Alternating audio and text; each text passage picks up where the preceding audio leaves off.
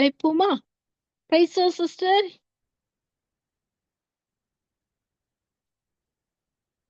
Price Lord Amy sister.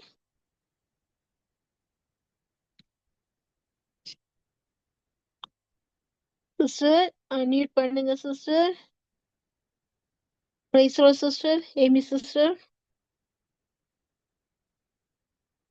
Sister இணைப்பில் இருக்கிறீர்கள், அழைப்புக்கு வாருங்கள்.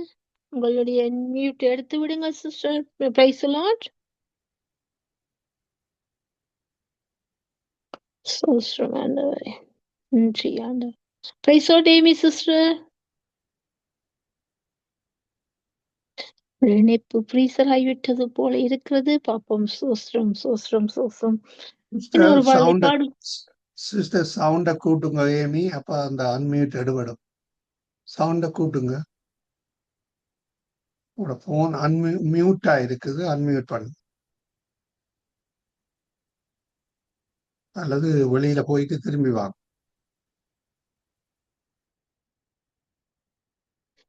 ஆமென். Praise Lord sister Amy sister. Unmute பண்ணுங்க சிஸ்டர். Praise Lord.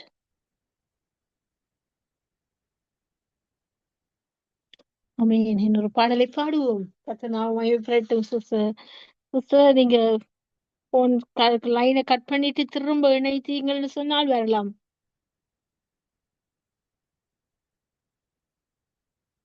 ஹல்லேலூயா. Praise Lord.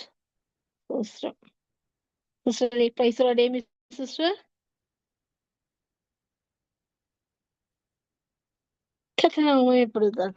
அக்கினியில் நடந்து வந்தோம், ஆனால் சேதம் ஒன்றும் இல்லை அப்பா. தண்ணீரை கடந்து வந்தோம், நாங்கள் மூழ்கி போகவில்லை அப்பா. உங்க கிருபை எங்களை விட்டு இமை பொழுதும் விலகலப்பா. உங்க கிருபை எங்களை விட்டு இமை பொழுதும் விலகலப்பா. எங்கள் தேவன் நீர், எங்கள் ராஜா நீர், நாங்கள் போற்றிடும் எங்கள் கண்மலை நீர். எங்கள் தேவன் நீர், எங்கள் ராஜா நீர், நாங்கள் போற்றிடும் எங்கள் கண்மலை நீர். செங்கடலை நீர் பிளந்தீர், செம்மையான பாதை தந்தீர். எரிகோவின் கோட்டைகளை யோசனையால் தகத்தீர்.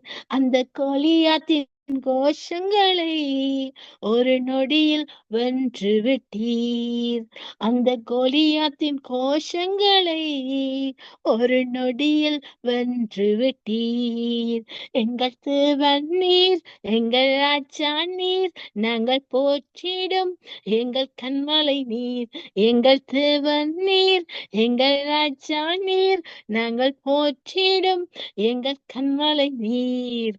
பலவித சோதனையால் உடமிடப்பட்டோமையா, பொன்னாக மாற்றி விட்டீர், புது இருதயம் தந்து விட்டீர்.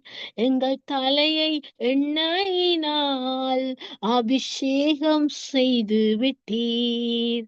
எங்கள் தலையை எண்ணெயினால் அபிஷேகம் செய்து விட்டீர். எங்கள் தேவன் நீர், எங்கள் ராஜா நீர், நாங்கள் போற்றிடும் எங்கள் கண்மலை நீர். எங்கள் தேவன் நீர், எங்கள் ராஜா நீர், நாங்கள் போற்றிடும் எங்கள் கண்மலை நீர். வருடங்களை உமது கிருபையினால் கடந்தோம், இனி வரும் நாட்களெல்லாம் மகிமைதனை காண்போம். எங்களாயுள் உள்ளவரை இயேசு நாமத்தை உயர்த்திடுவோம். எங்களாயுள் உள்ளவரை இயேசு நாமத்தை உயர்த்திடுவோம். எங்கள் தேவன் நீர், எங்கள் ராஜா நீர், நாங்கள் போற்றிடும் எங்கள் கண்மலை நீர். எங்கள் தேவன் நீர், எங்கள் ராஜா நீர், நாங்கள் போற்றிடும் எங்கள் கண்மலை நீர். அக்கினியில் நடந்து வந்தோம், ஆனால் சேதம் ஒன்றும் இல்லை அப்பா. நீரை கடந்து வந்தோம், நாங்கள் மூழ்கி போகவில்லை அப்பா. உங்க கிருபை எங்களை விட்டு இமை பொழுதும் விலகலப்பா. உங்க கிருபை எங்களை விட்டு இமை பொழுதும் விலகலப்பா. எங்கள் தேவன் நீர், எங்கள் ராஜா நீர், நாங்கள் போற்றிடும் எங்கள் கண்மலை நீர். எங்கள் தேவன் நீர், எங்கள் ராஜா நீர், நாங்கள் போற்றிடும் எங்கள் கண்மலை நீர். ஆமென். கர்த்தர் ஒன்றை மகிமைப்படுவதாக. சரியாற்ற நேரம் 8:03. ஏமி புஷ்பராஜ் அவர்கள் இணைப்பார்களாக இணைத்துக் கொண்டு வாருங்கள் அழைப்புக்குள். ஆமென். கர்த்தர் ஒன்றே மகிமைப்படுவதாக. சோஸ்திரம் ஆண்டவரே. ஆமென். சோஸ்திரம். கர்த்தர் நாமம் ஒன்றே மகிமைப்படுவதாக. அவ்வளவு நல்ல தேவன் நம்மோடு இருக்கின்றார். ஆமென். அருமையான வார்த்தையின் வெளிச்சத்தை கேட்டோம். அருமையான வார்த்தையின் வெளிச்சத்தோடு எங்களோட ஏமி புஷ்பராஜா இணைந்தார்கள். நிச்சயமாக இணைப்புக்குள் வருவார் என கர்த்தருக்குள் விசுவாசிக்கின்றேன். கர்த்தர் நிச்சயமாக நடத்துவார். சர்வ வல்லவர். கடந்த நாட்கள் நான் விடுமுறை 2 நாட்கள்ல சில வேதாம பகுதிகளை நான் தியானித்த வேளையில் இன்னைக்கு கொஞ்சம் அதிகமாக தொட்ட சில பகுதிகளை உங்களோடு நான் இந்த வேளையில் பகிர்ந்து கொள்ள ஆசைப்படுகிறேன். அப்படியாக என்னோடு பேசின வார்த்தை உங்களோடு பேசும் என்று நான் கர்த்தருக்குள் விசுவாசிக்கின்றேன். நாளும் அப்படியாக என்னை தொட்ட வார்த்தை அதிகமாக இந்த நீதிமொழி புஸ்தகம் 31ஆம் அதிகாரத்துல இருந்து சில வசனங்கள் உங்களுக்காக நான் வாசித்து இந்த பகுதியை என்னை எப்படியாக ஆழமா தொட்டது அப்படியாக உங்களை தொடும்படியாக நான் கர்த்தரிடத்திலே ஜெபிக்கின்றேன். என்னை தொட்ட வசனங்கள் இப்படியாக வருகிறது. அதாவது நீதிமொழி புஸ்தகம் 31ஆம் அதிகாரம் அங்கே பாப்பீங்கன்னு சொன்னா அந்த பகுதி அநேகமாக குணசாலியான ஸ்திரீக்கு அந்த ஸ்திரீ எப்படியாக இருக்க வேண்டும் என்று சொல்லி அப்படியாக அந்த வசனங்கள் போட்டிருக்கிறது. இன்றைக்கு எல்லாருமே இந்த பகுதி எடுத்தவுடன் இது இந்த பகுதி பெண்களுக்குத்தான் என்று சொல்லி நினைப்பதுண்டு. ஆனால் இல்லை பிரியமானவர்களே, இது ஒரு மணவாளன் ஒரு மணவாட்டி எப்படி இருக்க வேண்டும். அதாவது மணவாட்டி என்பது சபை. அந்த சபையானது நானும் நீங்களும் தான். இருவர் இணைந்து விட்டால் அது சபையாக, மூவர் இணைந்து என்னுடைய நாமத்தினால எதை கேட்டாலும் நான் அதை தருவேன் என்று சொல்லுவார். அப்படியாக மணவாட்டியாக நானும் நீங்களும் ஆயத்தப்பட வேண்டும். எப்படி ஆயத்தப்பட வேண்டும் அதைத்தான் இந்த பகுதி என்னை தொட்டது ஆழமாக. சில வார்த்தைகளை உங்களை நான் வாசிக்கின்றேன். நீதிமொழி புஸ்தகம் 31ஆம் அதிகாரம் 14 இருந்து நான் 18 வசனங்களை தியானத்துக்குள்ளாக எடுத்து வருகிறேன். நான் வாசிப்போமா? நீதிமொழி புஸ்தகம் 31ஆம் அதிகாரம் இங்கே 14ஆம் வசனம் இப்படி சொல்கிறது. அவள் வியாபார கப்பலை போல் இருக்கிறாள், தூரத்திலே இருந்து தன் ஆகாரத்தை கொண்டு வருகிறாள். யார் அவள்? நானும் நீங்கள். அவள் வியாபாரம் என்று சொன்னால் எல்லாருக்கும் தெரியும், ஒரு தொடர்பாடு. ஏற்றுமதி இருக்கும், இறக்குமதி இருக்கும், லாபம் இருக்கும், நஷ்டம் இருக்கும், கஷ்டம் இருக்கும். அதற்கு சோஸ்டம். ஏமி சிஸ்டர் இணைப்பில் இருக்கிறார்கள். அழைப்புக்கு கொண்டு வருவோம். Praise sister. Amy sister unmute பண்ணுங்க சிஸ்டர். Praise Lord.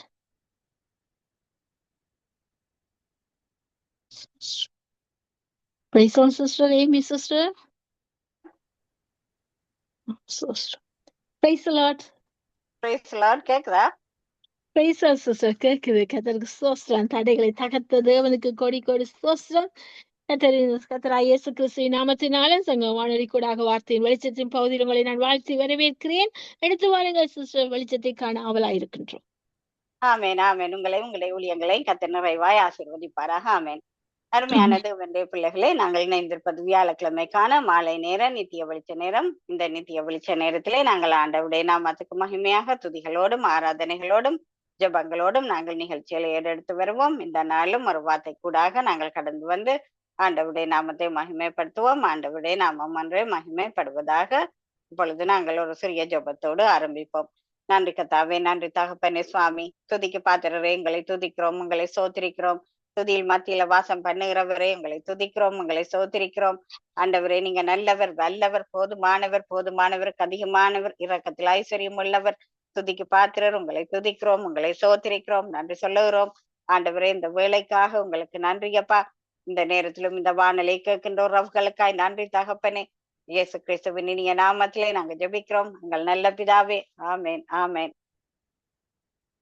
திருப்பாதம் நம்பி வந்தேன், கிருபை நிறை இயேசுவே, உமதன்பை கண்டடைந்தேன், தேவ சமூகத்திலே இளைப்பாறுதல் தரும் தேவா, களை தோரை தேற்றிடுமே, சிலுவை நிழலெந்தன் தஞ்சம், சுகமாயங்கு தங்கிடுவேன், திருப்பாதம் நம்பி வந்தேன், கிருபை நிறை இயேசுவே, உமதன்பை கண்டடைந்தேன், தேவ சமூகத்திலே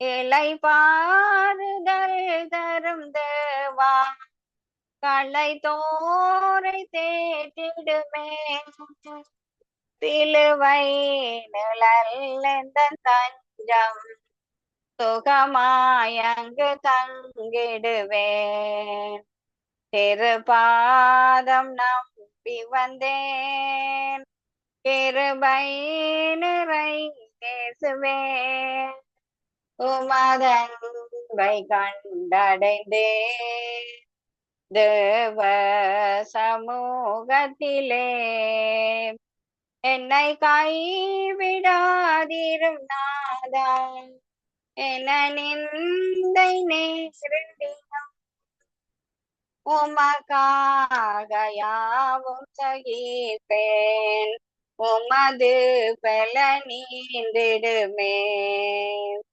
திருப்பாதம் நம்பி வந்தேன், கிருபை நிறை இயேசுவே, உமதன்பை கண்டடைந்தேன், தேவ சமூகத்திலே உமதன்பை கண்டடைந்தேன், தேவ சமூகத்திலே. நன்றி தாப்பனே, நன்றியோடு துதிக்கிறோம் கர்த்தாவே சுவாமி. தூரத்துக்கும் சமீபத்துக்கும் போதுமானவரே, உங்களை துதிக்கிறோம், உங்களை சோத்திரிக்கிறோம். துதிக்கு பாத்திரரே, உங்களை துதிக்கிறோம், சோத்திரிக்கிறோம். துதியில் மத்தியில வாசம் பண்ணுகிறவரே, உங்களை துதிக்கிறோம், சோத்திரிக்கிறோம், நன்றி சொல்லுகிறோம். இயேசு கிறிஸ்துவின் நாமத்திலே ஜெபிக்கிறோம் எங்கள் நல்ல பிதாவே, ஆமேன்.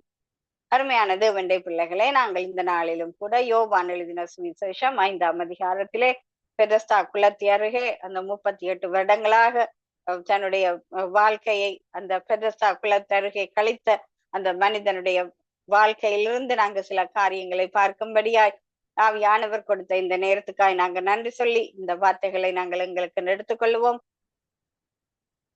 ஆண்டவருடைய நாமம் ஒன்றே மகிமைப்படுவதாக, ஆமேன். அருமையான தேவனுடைய பிள்ளைகளே, நாங்கள் யோவான் எழுதின சுவிசேஷம் 5ஆம் அதிகாரத்தை நாங்கள் வாசிப்போமே. ஆனால் அந்த பெதஸ்தா குளத்தருகே அந்த 38 வருடங்களாக படுக்கையிலே இருந்த அந்த மனிதனை குறித்து நாங்கள் வாசிக்கின்றோம். அவருடைய சூழ்நிலையை நாங்கள் பார்ப்போமே. ஆனால் 38 வருடங்களாக படுக்கையிலே அவருடைய வாழ்க்கை கழிந்தது. அவரால் எழும்பி நடக்க முடியாமல் எதுவும் செய்ய முடியாத ஒரு சூழ்நிலையிலே அந்த குளத்தருகே அப்படியாக அவர் படுத்திருக்கிறதை நாங்கள் பார்க்கின்றோம். அந்த 5ஆம் அதிகாரத்தை நாங்கள் வாசிப்போமே. ஆனால் அந்த பெதஸ்தா குளம் ஜெருசலேமிலே இருக்கிறதை நாங்கள் காண முடியும். அதோடு கூட அந்த ஜெருசலேமிலே அங்கு யூதர்களுடைய பண்டிகை அந்த நாட்களிலே நடைபெறும். அப்படியாக அந்த நடைபெறும் பொழுது தேவதூதன் வந்து அந்த குளத்திலே தண்ணியை கலக்குவார். அந்த தண்ணீர் கலக்கப்படும் பொழுது யார் முதலில் இறங்குகிறார்களோ அவர்கள் சுகம் அடைவார்கள் என்பது யூதர்கள் மத்தியில ஒரு விசுவாசமாயிருந்ததை நாங்கள் வேதத்திலே வாசிக்கின்றோம்.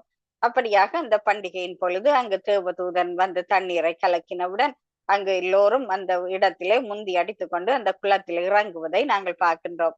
ஆனாலும் கூட அருமையான தேவனுடைய பிள்ளைகளை, இந்த மனிதன் குளத்தில் இறங்க முடியாத ஒரு சூழ்நிலையிலே அந்த இடத்திலே அவர் அந்த பெதஸ்தா குளத்து அருகே தன்னுடைய படுக்கையிலேயே அவர் இருக்கிறதை நாங்கள் பார்க்கின்றோம். அப்படியாக அவர் இருக்கும் பொழுது ஒரு நாள் அந்த பண்டிகைக்கு ஆண்டவராகிய இயேசு கிறிஸ்து அந்த பண்டிகைக்கு வருகிறதை நாங்கள் வேதத்திலே வாசிக்கின்றோம். அப்படியாக அவர் அந்த பண்டிகைக்கு வரும் பொழுது ஆண்டவராகிய இயேசு கிறிஸ்து இந்த மனிதனை காண்கின்றார். அந்த இடத்திலே அவர் இந்த மனிதனை பார்த்து அந்த இடத்திலே உனக்கு குணமடைய விருப்பம் தானா என்று சொல்லி ஒரு கேள்வியை கேட்கின்றதை நாங்கள் பார்க்கின்றோம். அப்பொழுது அந்த மனிதன் அந்த இடத்திலே ஆண்டவரை பார்த்து அந்த இடத்திலே அந்த தேவ தூதன் தண்ணியை வந்து கலக்கும் பொழுது அநேகர் அந்த குளத்திலே இறங்கி விடுகிறார்கள். ஆனால் தன்னை அந்த குளத்திலே தூக்கிவிட யாரும் இல்லை என்று சொல்லி வேதனையோடு அங்கு சொல்லுகிறதை நாங்கள் பார்க்கின்றோம். அருமையான தேவனுடைய பிள்ளைகளே, அந்த இடத்திலே ஆண்டவராகிய இயேசு கிறிஸ்து அவனை தூக்கி அந்த குளத்திலே இறக்கி விடுகிறதை நாங்கள் பார்க்கின்றோம். ஆனாலும் கூட இறக்கி விடும் பொழுது அங்கு அவர் சுகம் பெறுகிறதை நாங்கள் வேதத்திலே வாசிக்கின்றோம். அந்த இடத்திலே அவர் சுகம் பெற்று அவர் அங்கு வரும் பொழுது அங்கு நின்ற யூதர்கள் அங்கு என்ன செய்கின்றார்கள் என்று சொன்னால், அந்த நாள் வந்து ஓய்வு நாளாக இருந்தது. ஏனென்றால் யூதர்கள் அந்த ஓய்வு நாளை அவர்கள் கடுமையாக அவர்கள் ஆசரிப்பது வழக்கம். அந்த இடத்திலே அவர்கள் ஒரு குற்றம் சாட்டை வைக்கிறார்கள். என்னவென்று சொன்னால், ஆண்டவராகிய இயேசு கிறிஸ்து இந்த மனிதனை குணமாக்கியது ஒரு ஓய்வு நாளாக இருந்தது. அந்த ஓய்வு நாளிலே ஆண்டவராகிய இயேசு கிறிஸ்து இவனை குணமாக்கி விட்டார் என்று சொல்லி அந்த இடத்திலே அவர்கள் ஒரு குற்றச்சாட்டை வைக்கிறதை நாங்கள் பார்க்கின்றோம்.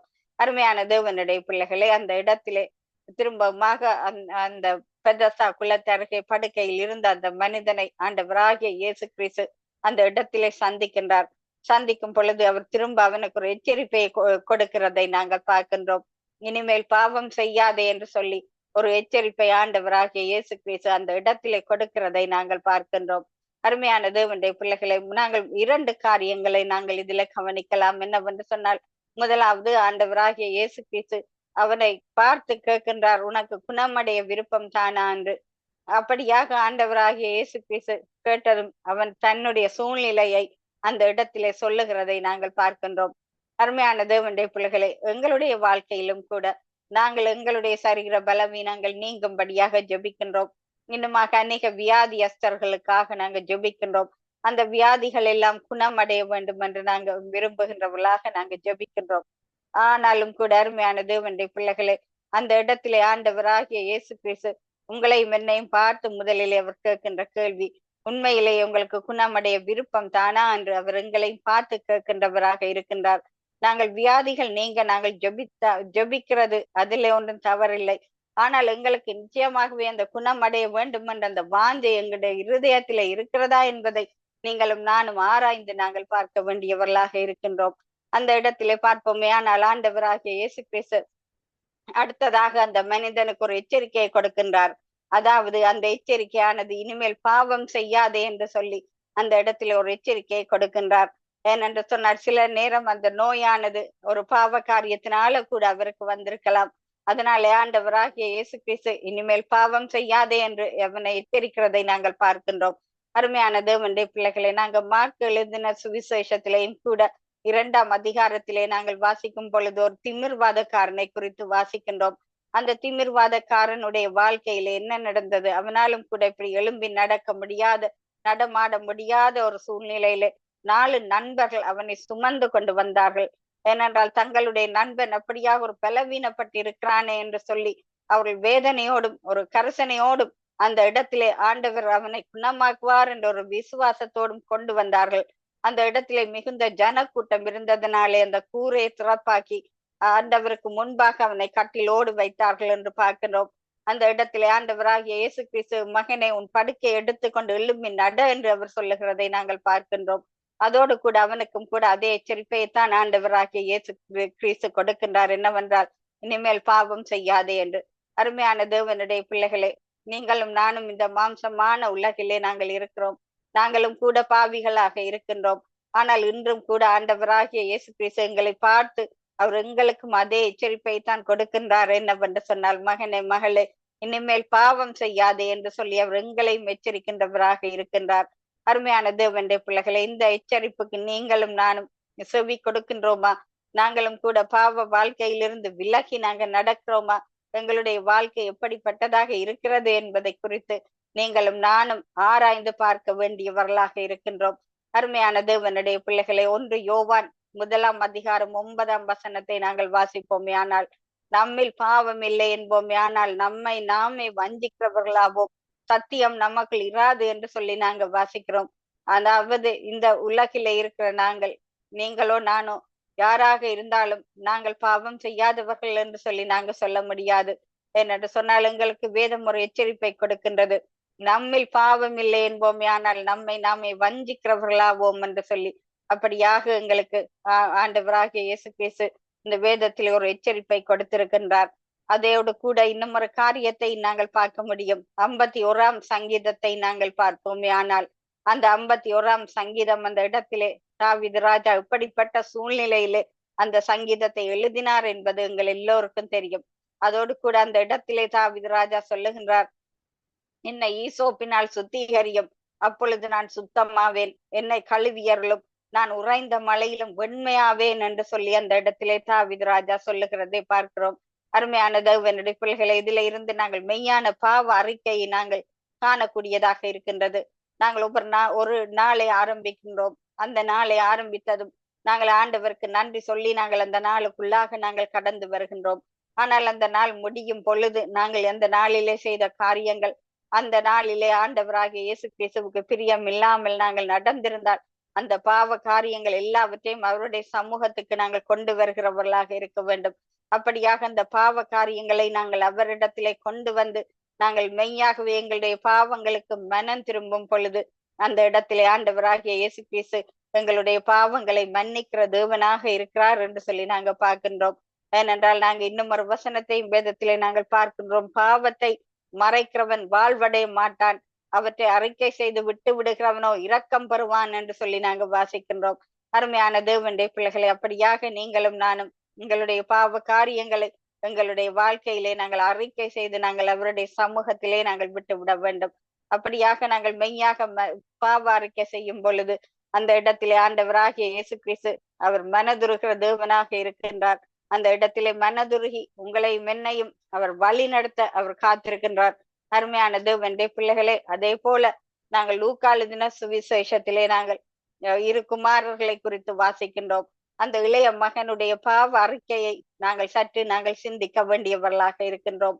ஏனென்றால் அவன் அந்த மனம் திரும்பி தகப்பனாரிடம் வரும் பொழுது அவன் சொன்னதொரு காரியம் என்னவென்று சொன்னால், தகப்பனே, உமக்கு விரோதமாகவும் பரத்துக்கு விரோதமாகவும் நான் பாவம் செய்தேன், இனிமேல் உம்முடைய மகன் என்று நான் அழைக்கப்படுவதற்கு தகுதி இல்லாதவன் என்று சொல்லி அந்த இடத்திலே அவன் ஒரு மெய்யான ஒரு மனம் திரும்புதலோடு தன்னுடைய தகப்பனை நோக்கி வருகிறதை நாங்கள் பார்க்கின்றோம். தகப்பனும் கூட அவனை மன்னித்து அவனை மனதார அவனை வரவேற்கிறதை நாங்கள் வேதத்திலே வாசிக்கின்றோம். அப்படியாக ஆண்டவராகிய இயேசு கிறிஸ்து அந்த உவமையை சொல்லும் பொழுது அவர் எங்களுக்கு அதிலே கற்றுக் கொடுத்த காரியம் என்னவென்றால், அப்படியாக ஒரு பாவி மனம் திரும்பும் பொழுது அந்த பாவியை குறித்ததான அங்க மனம் மகிழ்ச்சி அங்க பரலோகத்திலே தேவதூதர்கள் மத்தியிலே உண்டாகிறதை குறித்து நாங்கள் வாசிக்கின்றோம்.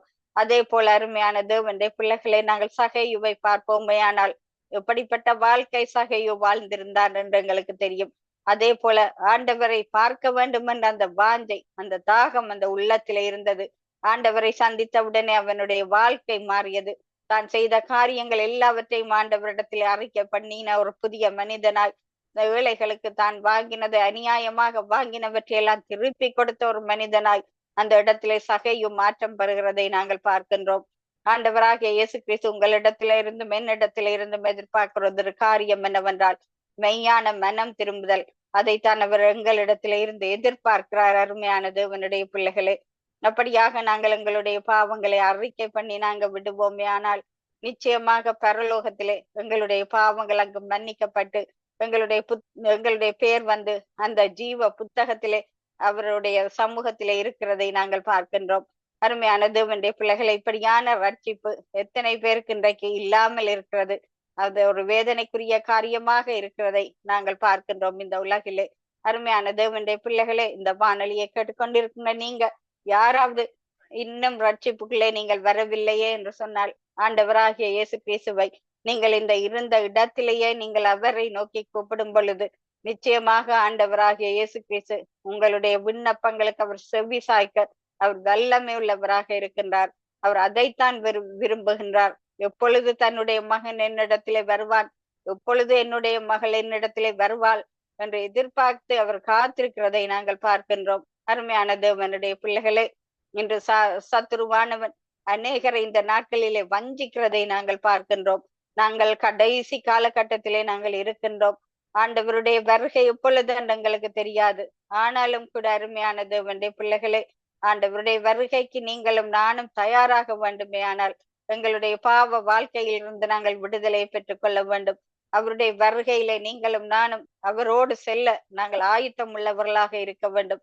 அப்படியாக நீங்களும் நானும் அவருடைய மனவாட்டிகளாக நாங்கள் அவரோடு நாங்கள் செல்ல நாங்கள் தகுதி உள்ளவர்களாய் எங்களை மாற்றும்படியாய் ஆண்டவரிடத்திலே நாங்கள் அனுதினமும் நாங்கள் மன்றாடுகிறவர்களாக இருக்க வேண்டும். அருமையான தேவனுடைய பிள்ளைகளே, எங்களுடைய தேசங்களுக்காக, தேச தலைவர்கள், மக்கள் எல்லோருக்காகவும் நாங்கள் மனதுருகி நாங்கள் மன்றாடுகிறவர்களாய் பிறப்பின் வாசலிலே நிற்க நாங்கள் கற்றுக்கொள்ள வேண்டும். நாங்கள் இந்த தீவிரவாதக்காரனுடைய வாழ்க்கையையும் அந்த பெதஸ்தா குலத்தருகே அந்த 38 வருடங்களாக படுக்கையில இருந்த அந்த மனிதனுடைய வாழ்க்கையை நாங்கள் பார்ப்போமே. ஆனால் ஆண்டவராகிய இயேசு கிறிஸ்து அவர்களுக்கு கொடுத்த அந்த எச்சரிக்கையை தான் இன்று உங்களுக்கும் எனக்கும் கொடுத்து கொண்டிருக்கின்றார். இனிமேல் பாவம் செய்யாதே என்று. அப்படியாக அவருடைய சத்தத்தை நீங்களும் நானும் கேட்டு அந்த பாவம் செய்யாதே என்ற அந்த சத்தத்துக்கு நாங்கள் கீழ்ப்படி உள்ளவர்களா இருப்போமே. ஆனால் எங்களுடைய பாவம் அந்த இடத்திலே மன்னிக்கப்பட்டு எங்களுக்கு ஒரு புதிய வாழ்க்கையை ஆண்டவர் தர அவர் வல்லமை உள்ளவராக இருக்கின்றார். எங்களுக்கு வேதம் கொடுத்த அந்த எச்சரிப்பையும் கூட நாங்கள் மறந்து விடக்கூடாது. நம்மில் பாவம் இல்லை என்போமே, ஆனால் நம்மை நாமே வஞ்சிக்கிறவர்களாவோம். சத்தியம் நமக்குள் இராது என்று சொல்லி நாங்கள் பார்க்கின்றோம். அருமையான தேவனுடைய பிள்ளைகளை, அப்படியாக நீங்களும் நானும் இந்த பூமியிலே நாங்கள் இருக்கும் வரையிலும் எங்களில் பாவம் இல்லை என்று நாங்கள் சொல்ல முடியாது. ஏனென்றால் பாவிகளான எங்களை ரட்சிக்கத்தான் ஆண்டவராகிய இயேசு கிறிஸ்து இந்த பூமிக்கு வந்தார். அருமையான தேவனுடைய பிள்ளைகளே, எங்களுடைய பாவத்தின் நிமித்தம் தான் அவர் சிலுவையை சுமந்தார். எங்களுக்காக அடிக்கப்பட்டு தன்னுடைய இரத்தத்தை சிந்தி உங்களை மென்னையும் மீட்டு கொள்ள வேண்டும் என்ற நோக்கத்தோடு தான் அவர் இந்த உலகுக்கு வந்தார். அருமையான தேவனுடைய பிள்ளைகளே, எங்களுடைய பாவங்களை எல்லாம் தன் மீது சுமந்து, தன்னுடைய தோளின் மீது சுமந்து எங்களுக்கு பாவ வாழ்க்கையிலிருந்து விடுதலை கொடுத்திருக்கிறார். இந்த விடுதலை எத்தனை பேர் இன்றைய நாளிலே பெற்றுக்கொண்டு ஆண்டவருக்காக வாழ வேண்டும் என்று வாஞ்சிக்கின்றீர்கள்? அப்படியாக நீங்கள் வாஞ்சிப்பீர்களே. ஆனால் இப்பொழுது இந்த இடத்திலே ஜெபம் பண்ணுவோம். நாங்கள் எல்லோரும் சேர்ந்து ஒரு மனத்தோடு நீங்களும் இந்த ஜெபத்திலே இணைந்து கொள்ளுங்கள். ஆண்டவராகிய இயேசு கிறிஸ்து உங்களுடைய வாழ்க்கையிலும் பெரிய காரியங்களை செய்வார் என்ற விசுவாசத்தோடு நாங்கள் இப்பொழுது எல்லோரும் ஜெபத்திலே இணைவோம். நன்றி கர்த்தாவே, நன்றி தகப்பனே. சுவாமி, தூரத்துக்கும் சமீபத்துக்கும் போதுமானவரை உங்களுக்கு துதிக்கிறோம், உங்களை சோத்திரிக்கிறோம். துதிக்கு பாத்திரரே, உங்களை துதிக்கிறோம், உங்களை சோத்திரிக்கிறோம். அப்பா ஆண்டவரே, இந்த இடத்திலே எத்தனை மக்கள் ஆண்டவரே இன்றைக்கு ரட்சிப்பு இல்லாமல் கர்த்தாவே சுவாமி, அந்த ரட்சிப்பின் சந்தோஷம் இல்லாமல் ஆண்டவரே சுவாமி, ஆண்டவரே இன்றைக்கு சத்ருவானவனால் ஏமாத்தப்பட்டு வஞ்சிக்கப்பட்டு ஆண்டவரே சுவாமி இந்த உலகின் பின்னாக போகிற மக்களை உங்களுடைய கரத்திலே நாங்கள் ஒப்பு கொடுக்கிறோம். அப்பா, அவர்கள் எந்த தேசத்திலே இருந்தாலும் கர்த்தாவே சுவாமி, என்ன சூழ்நிலையில் இருந்தாலும் கர்த்தாவே சுவாமி, நீங்கள் அவர்களை காண்கிறீங்களா ஆண்டவரே சுவாமி?